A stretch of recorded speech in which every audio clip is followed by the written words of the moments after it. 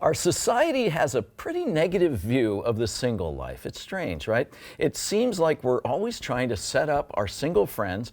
Some see them as lonely, never fulfilled, but in her new book, Single at Heart, Dr. Bella DePaulo challenges the notion that single life is something people settle for and shows us that all over the world, singles are living their most joyful and satisfying life. Dr. DePaulo joins me right now. Thank you so much for being here. Thank you for inviting me. I love talking about this. Where does this notion that you can't be single or be happy about being single, where does that come from? Why are we such a couples-oriented society? It's like we have totally bought into this ridiculous mythology that coupled people are just better than single people. And if single people want to have awesome lives like those great married people, then they should get married, or at least, be part of a committed romantic partner. Now, long ago, you told yourself that's not the case, right? But was that a decision you came to easily, or did you have some of these Well, no, for a long time, when I grew up, I'm 70 years old.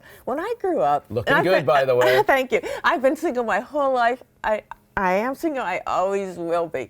And when I was growing up, I didn't know there was such a thing as wanting to be single, wanting to stay single and be happily single. So I kept thinking, well, I really like being single, but maybe I'm just slow. Like wanting to get married was like getting bit. It'll happen someday. Yeah, it was like getting bitten by a bug. And I didn't get bitten by the marriage bug yet.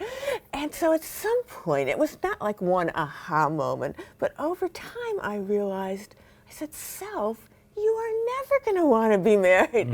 This is who you are. So is that what we mean by single at heart? That at heart, you are and were a single person, somebody who's happiest being single. Right. So people who are single at heart love being single. They want to stay single. They are happy and flourishing because they are single, not in spite of it. For us, single life is our most fulfilling life. And how did you come to some of these conclusions? What kind of research went into this? Well, I talked to people all over the world who are single and love being single, so they told me their life stories. I created a Single at Heart quiz, and more than 20,000 people from more than 100 countries have answered it. And I draw from research, some of my own research by other scholars who have analyzed, in some cases, data from over 200,000 people from dozens of nations. And so based on all of that data, I can show that for some people, single life is their best life. And the risk to them is not what they will miss if they don't put a romantic partner at the center of their lives, but what they will miss if they do. Yeah, okay, so being single isn't about being lonely. No. In fact, single people probably have stronger social social network in many cases than a married or coupled person. Yes, so there are national surveys that show that single people are more connected to more different people than married people.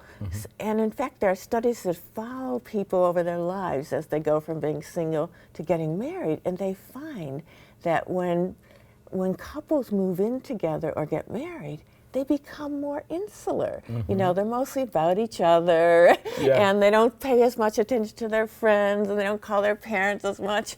Whereas single people are still tending to the people who matter to them. Yeah. Reaching out and connecting with the world. So many interesting things to think about here. And as just a reminder, Bella has an author event tonight, February 5th at Third Place Books in Ravenna at 7 p.m. Thank you so much for being here Thank you and for sharing having me. some of these great ideas.